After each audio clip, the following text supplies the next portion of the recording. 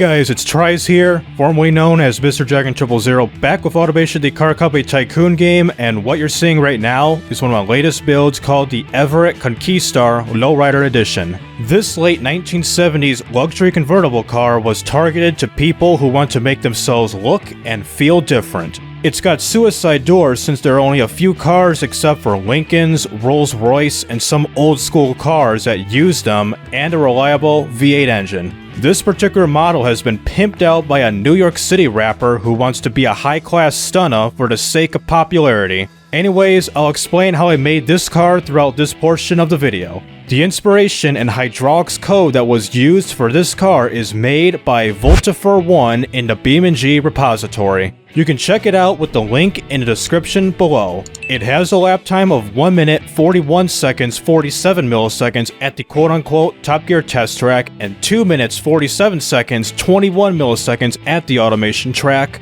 It has a top speed of 141 miles per hour and a 0 to 60 in 9.55 seconds. This vehicle uses a custom 6-liter V8 engine that produces 230.1 horsepower and 305.7 pounds-feet of torque. It has a fuel efficiency rating of 9.4 miles per gallon and weighs 3,798 pounds or 1,722.7 kilograms. And for the market, it's a remarkable competitor in all 4 of the top 4 convertible markets, regardless if it's the standard, sport, or budget levels of this car.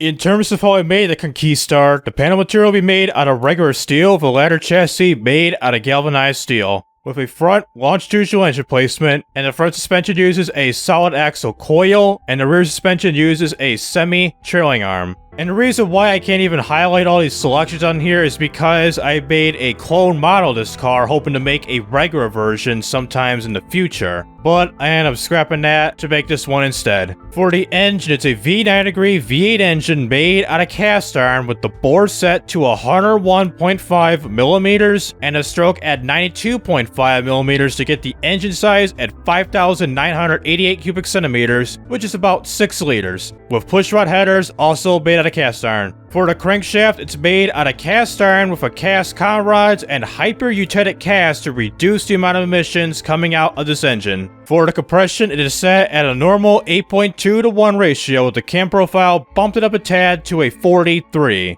For the fuel system, we're using a 4-barrel carburetor twin carb setup with a standard intake running on regular fuel, with the fuel mixture jumping up to a 13.4, the ignition timing retarded quite a bit to a 33, and the RPM limit is set at 4,800 RPM. For the headers, we got ourselves some short cast headers with dual exhaust, with the exhaust diameter set to a 57.1 millimeters, which is 2.25 inches, with a 3-way catalytic converter, double baffle buffers for the first and second ones. For the drive type, we're rolling with a rear-wheel drive automatic 3-speed setup with the top speed set to 140.6 miles per hour. Even though it can go up to 146, almost 147, but it's a little bit overkill for a car like this. For the tires, we're using some radial hard long life tires with the front tire width set to 205 millimeters and the rear tire width is 225 millimeters, running on some 13-inch steel rims, because these lowriders don't want high rim sizes unlike your donks, high rises, and all that good stuff. For the brakes, we got ourselves some solid disc brakes for the front and back with each side set to 250 millimeters, but the front uses a 2-piston, what the hell? So ignoring the white walls not disappearing, we got ourselves a 2-piston front brake, and the rear is a 1-piston for the rear brakes, with the pad type leaning towards a racing setting at a 60. So under tray, nothing much, no under tray, brake airflow up a tad, so for the interior of this vehicle. So for the roof and everything, I did delete this using the negative tape fixtures made by Gizmo Props. We can check that out in the Automation Steam Workshop. So pretending this was a legitimate convertible vehicle, like an actual body you could just choose right off the bat, kind of like this you see with the roof. So for the convertible, it's an automatic soft top with 4 seats, as you can obviously see, 2 in the front, 2 in the back, with premium interior setting and a premium 8-track. Whereas safety and everything, hydraulic power steering, no trash days because it's 1979, and 1970s standard safety standards, and last but not least with the suspension of the vehicle. Pretty basic, standard springs, twin tube dampers, and our only option is passive sway bars, running on a normal preset. Despite only 3 problems on here, such as the rear tires being too wide, brake fade issues, and minor wheel spin, let's check this vehicle out by exporting it to BeamNG.drive and test it out. So here we are, parked right outside the Simpsons house at the bottom map of Los Angeles, and taking a brief look at this vehicle. What the hell happened to the back? So the back of the vehicle, the whole trunk and everything, had the word Conquistar, the model name, and this thing just frickin' gave up on life for some odd reason. Including the Everett logo, the little wing badge, kind of like a knockoff Chrysler or something. And how did the interior survive? Pretty much your usual missing textures, all that good stuff. And the badge also screwed up like always. So, interior, as expected, missing textures, colors, not really complaining much about that. Also about some lowriders, especially old cars or just people that put them on, but old cars back in the day, as you see here, they put these little things in, they called them like curb feelers, like if you try to park yourselves along a curb right here, and supposedly this thing grinds up against the curb, and if it's grinding up against the curb, then it tells you that you're basically at a great spot of parking your car along the side of a street. So for the hydraulic controller and everything, to control the hydraulics of this vehicle, well, first of all, let's do the front because it's the more realistic one out of all of them. So if I hold G on my keyboard, the front of the vehicle starts bouncing like it's some sort of lowrider competition, and we can get this fairly high. The back bumper pretty much sitting right at the ground here, so you can do all your scrapiness needs to basically ruin the back bumper of your car. So if I hit the H button, which I think that controls the back or something, or it rolls right, so not only that, if you pay attention, if you keep it in H multiple times, I can get this vehicle to just roll over. Let's do one more. Come on. I had it right there.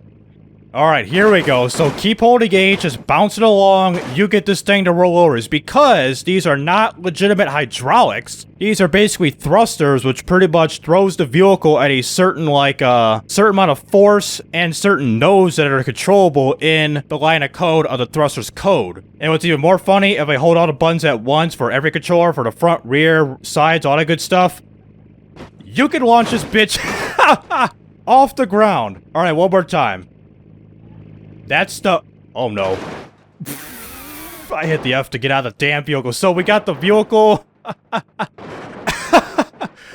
Okay, it's upside down. It's up to arrest right now. So kids, don't shoot this all at once, just one at a time. If you do it all at once, then you'll end up in this position and you'll probably be dead. So if you want to shoot a music video, don't end up like this, folks. So anyways, all jokes aside about the hydraulics of the vehicle, let's start off with the basic performance test of this vehicle. Let me line myself up and we'll start doing them right now. So I decided to line myself up on the highway here, this map, to do our basic performance test. So for the 3 tests that we're going to be doing, the first one is going to be the 0 to 62 acceleration test. Next would be the 62 to 0 brake test, and lastly, a top speed run, which I guarantee with this engine that's being 6 liters and over 230 horsepower, it'll probably make it, but being at a top speed of 140-ish miles per hour, probably. I don't know about this length of road, but we could make it here. So start off with the 0 to 62 acceleration test, starting now.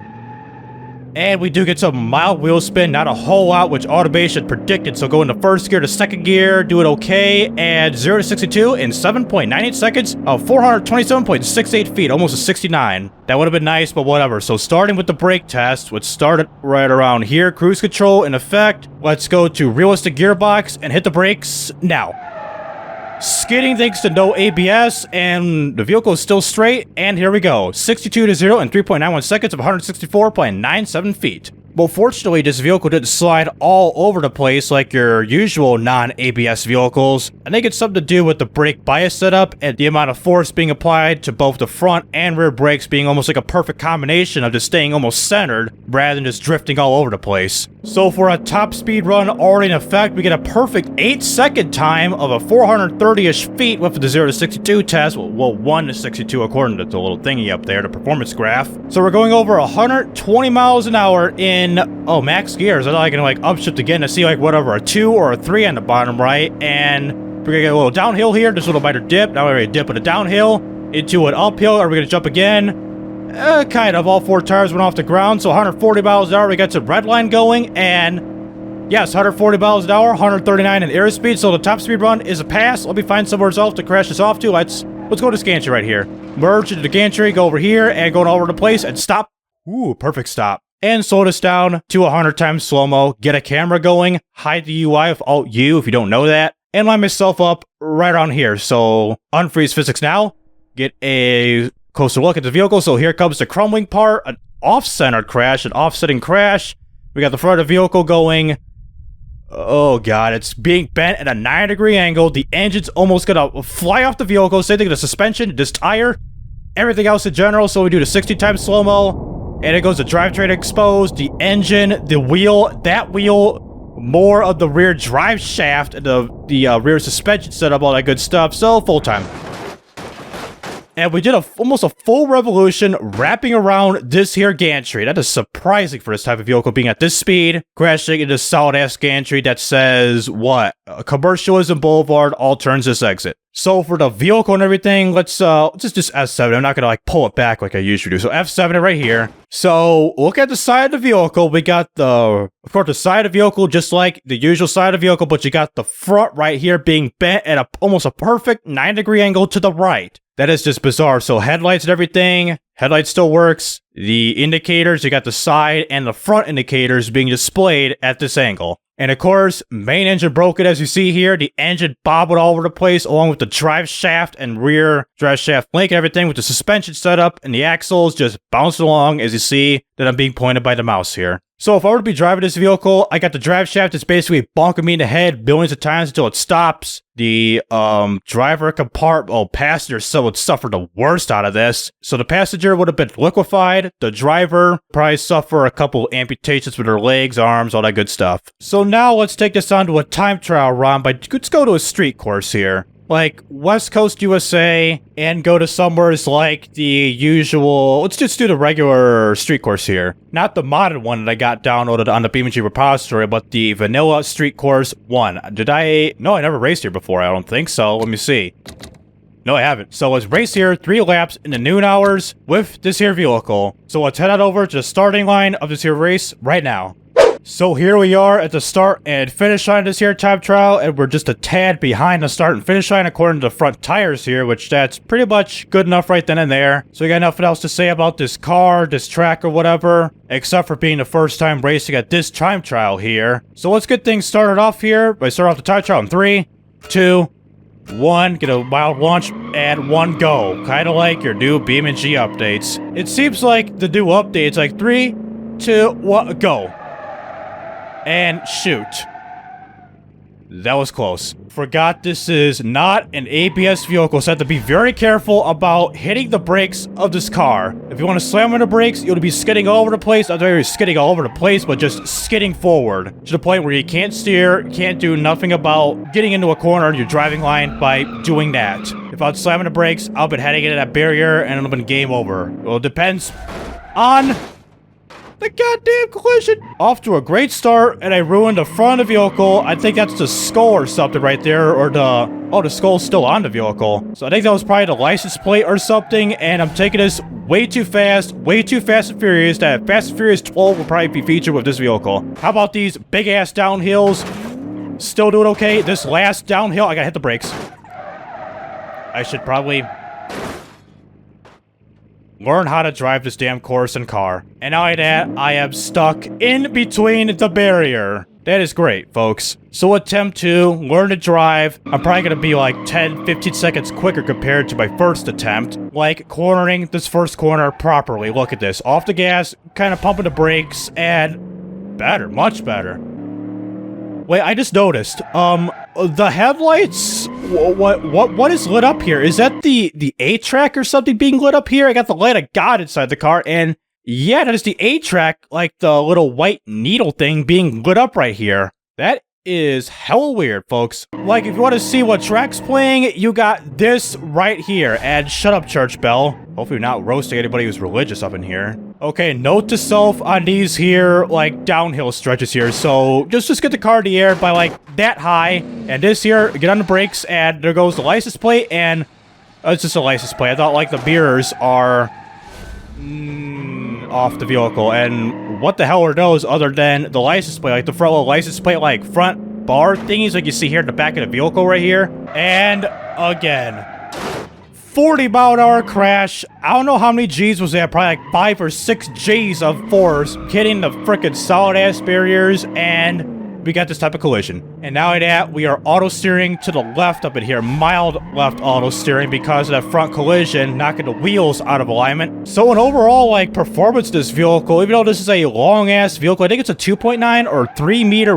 wheelbase vehicle. Well, it's as expected. It drives like a boat. It doesn't drive like a freaking sports car, so handle with care. I mean, that's just as of right now. I mean, braking-wise, you gotta brake somewhat early, not too hard, 70% of brakes because of music controller because they have no room for a wheel. So despite the first collision screwing up at like whatever turn 10 or something, a first lap time of 2 minutes 27 seconds 978 milliseconds. Get the side of the vehicle and holy shyster of a axle alignment. I thought getting a side collision would work, but I could barely get this thing to move. I ruined this beauty of a blue chrome-ass vehicle to the point where the axle is way out of alignment, pushed inwards to the point where it's something... Oh, I'm distracted like that. And now that I can't even turn right. I gotta use the curb to help me out, and going uphill is not possible. Alright, compared to my previous attempts, I got a first lap time of a 2 minutes, 24 seconds, 129 milliseconds. Doing okay still. No serious damage, like, yet to the vehicle as of right now, other than just bouncing off these here frickin' downhills and doing that hard on the brakes. There goes the little front, like, license plate holder barrier thingies that you see at some old vehicles like this. The rear is still intact, but as you see at the front, they are gone. And even with the course and everything, I've pretty much gotten used to what the course is like. I've just got the feel of it, where I'm supposed to go, where I'm supposed to turn, and when I'm supposed to brake. So brake now, unlike the earlier, and cut in the corner. Right near the curb, perfect. Look at that, 13.3 second gap between the first and this here lap, and going slowly uphill, up this uphill. And the second lap time of 2 minutes, 8 seconds, 469 milliseconds, with a 15.6 second difference between the first and second lap. And a tad worse right there. And for the first time, we are getting brake fade to this vehicle, almost 900 degrees in the front, 840, 830 to the front left, front right around a 770-ish. And jumping back to the 800s again because we hit the brakes right there. The rear brakes are doing pretty well, around 400 degrees, but we're getting to the 800s of the front brakes here. So if we want to take this to a track, do some street racing, just get some Brembo brakes. Don't even use these stock disc brakes at all. Look at that, 900. Mild fading right there. It didn't even do a squeakiness fade, but it did fade right there with the front left brake. If I try to demonstrate on this corner here, I was do so early. 900, 1,000 degrees, front left brake fading. Look at that. 1,000 degrees. I'm not going to get a better lap time, so it'll just be much just demonstrate the brakes here. So 800 degrees, 900, and we are really squeaking with the front brakes here as they are fading. So lap number 3, we're going to get a horrible lap time of a 2 minutes, 10 seconds, 563 milliseconds of a total time of data time, along with name, time, detail, record place, record player name, record vehicle brand, record vehicle something, a record vehicle name, record formatted timestamp. So that is an excellent time. So get a slow motion crash as is. And we got the drivetrain poking out like so. And the license plate, I don't know where it's at. Probably yeeted in existence before this collision. So here is the vehicle, all that good stuff. Let's go to... Can I get into free roam? Hold on. Might want to explain this here, guys. So here's damage to the vehicle, front end, completely smashed in. Drivetrain poking up in the sky like it's some sort of like... Hold on, it's like a freaking 50-degree angle up in here, as you see, like within this side and this side right here. So anyways, what if I respawn? We pretty much restart the time trial. I don't want to do that, folks. So go to free roam here and go to Car Jump Arena to see if this here lowrider would sit sideways, keeps tipping, and all that good stuff. So anyways, go to the map right now. So here we are at the top of Car Jump Arena, and we got a 3 light, a 4 light, and a 5 light. So get ready to accelerate right now. So accelerate with this here vehicle. Here is the car right now, jumping down the top of the ramp, and go back to rigger cam and get a better 0 to 62 time of 5.52 seconds or 215.76 feet. Not too bad. And top speed wise, reach top speed 5,000 RPM and a exit speed of 151. And we're going to be going pretty far with this one. Slow down a little bit. Slow down quite a bit. Do an 8 times slow-mo at 189 upon impact. And screw up the right side of the vehicle. And I also do want to notice, since this vehicle has fake hydraulics, the thrusters and everything, I'm going to see if we can get a better distance and all that good stuff by using the hydraulics to probably like boost us up in the sky more. Or pretty much, oh my. About to say like do some like weird like flips, rolls, and all that good stuff while we're in the air. So vehicle-wise, let me try to get this upright somehow. Let's see here. Try to max... damn it. Well, we can settle it right around here-ish. So, damage to the vehicle. Oh, man. So we twisted up the steel frame, body, and everything to semi-oblivion. We got like the side of the vehicle that ramps upward up in here. The front, you can pretty much see the extent of damage. Left side kind of pokes downward. Some uppiness with the hood and everything, especially with the front right portion of the vehicle. So let me try again with the hydraulics. Mostly it's going to be with the front hydraulics. You see here, just bouncing up right here. And why I also noticed kicks the back end. But if you kick the back end, the vehicle just walks backwards up in here, I swear. Can we... Oh my. Oh my. A little too strong on the rear thruster hydraulic. So let's start things off by just accelerating, go down the ramp as usual, and get a slightly better 0 to 62 time. That's pretty good. And do the same thing. Get ready on the buttons. So G and Y right now. 100 and... Oh my god. I swear to god. Oh, roof first. So we're upside down. 150, 60 miles an hour was the point of impact, the speed, and we're not going to get an engine starvation, but we're upside down. We should get like engine starved of oil or something, as you see right here, including some exhaust smoke on the back of the vehicle. So bring it up, and here we go. Flatten it down pretty good. You got the, oh my god, we really flattened this down pretty good. Let's park this. And as we see with the seats, we kind of lean them back quite a bit up in here. Damn, this is kind of interesting for using hydraulics, fake hydraulics, to get this type of collision of this here vehicle. And lastly, let's try to do the sides, and we get serious front rolling, and up to the side, back on our four wheels, scrape out of the back, grabbing the back end. So doing the side hydraulics, we pretty much did front flips all day, while the front and rear hydraulic controls pretty much rolled like to the side, almost in a corkscrew formation. And we got almost the back of this vehicle completely deleted up in here. Let me try to get this going here. Let's grab the seat and, okay, seizure. Bound. Oh no. Well, we pretty much made this worse to get this type of impact. So stop and, hold on. Go to park. Thank you. So as it's still sliding, we got Beam Beef. Shout out to these guys right here. And the vehicle, we... Oh, dude. Oh my god. So grabbing onto this pretty much made this a murder weapon of the century. You got this loose polygon, loose like shank, sword, battle axe type of polygon up in here to pretty much get something like this. I can't even explain. So looking right around here, we got the back right passenger seat warped to the Stone Age up in here. The back left quite a bit to get something like this. Jesus. So for the last part of the video, let's drive down at a high speed at this bridge and crash into the last bridge pillar at the bottom of the bridge in a slightly worse 0 to 62 time. And not only that, instead of doing a plain old front end collision, I'm gonna use the front hydraulic to like boost the car upward and see if I can get this thing like in an awkward position to the point where I miscalculated. Let's try it again. So the moment where I line up, just start bouncing right away, something like this. Like, here we go. So once I line myself up after the bridge pillar, let's just start bouncing this vehicle. So line up. Okay, get in. Now, okay, start bouncing. Bouncing. Bouncing. And here we go. Here we go. This is the part I was talking about. We're going to be off-center, but it don't really matter. So let's do a 60-step slow-mo by doing the awkward camera angle. Let's do this camera angle. High DUI. Let's do 16 and get ready for 100 times. So unfreeze physics. And stop. Okay, we are definitely in the air. 100 times slow-mo. Hopefully I'm doing this right. So here's the collision. Big time off-centered. And commence crumpling now. 100 times slow-mo off-centered. And we got ourselves the drivetrain exposed. The little plate thingy. The wheel is about to like explode up in here. And we get this here collision. Go to 60 times slow-mo. And we're rolling over. and this thing has been crumbled to a heap up in here. Reset the FOV just a tad, get a different position, and as you see with the collision of the vehicle, you can see the deformation that we pretty much deleted the right side of the vehicle up in here. So full time,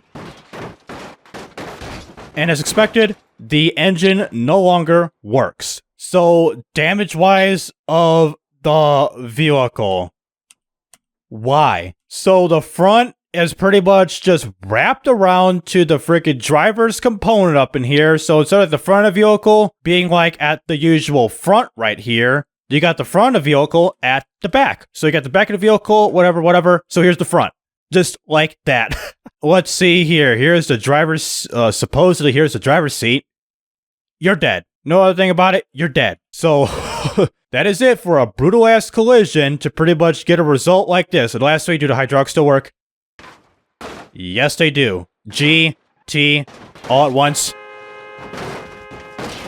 Yeah, just like it should. So that'll do it with automation and BeamNG.drive with the frickin' Everett Conquistar lowrider. Let me stop doing this real quick and just talk right here. So with this vehicle, in terms of performance, don't take this onto a track, a street race or whatever, because like you've seen in the time trial, it doesn't even handle that great, and the brakes, well, of course, being non-ABS brakes, just be careful on you hit the brakes and everything. So in terms of how the hydraulics behaves, I mean, the front, as you see, it behaves pretty well up in here. It stays somewhat stable, as you see here. You can bounce pretty high, as so, but with the rear and everything, if I bring this upward somehow, we're basically just humping the ground up in here, which that doesn't work. Same thing with the, oh, that's the side, so Y is the rear. We're pretty much throwing this backwards. So H, same thing, bouncing this upward. We really can't get a three-wheel motion going this vehicle, so who even cares about that? And lastly, looks at everything, even though it kind of lost some chrominess with the vehicle up in here, I'm pretty much indifferent about this. And lastly, this kind of sucks.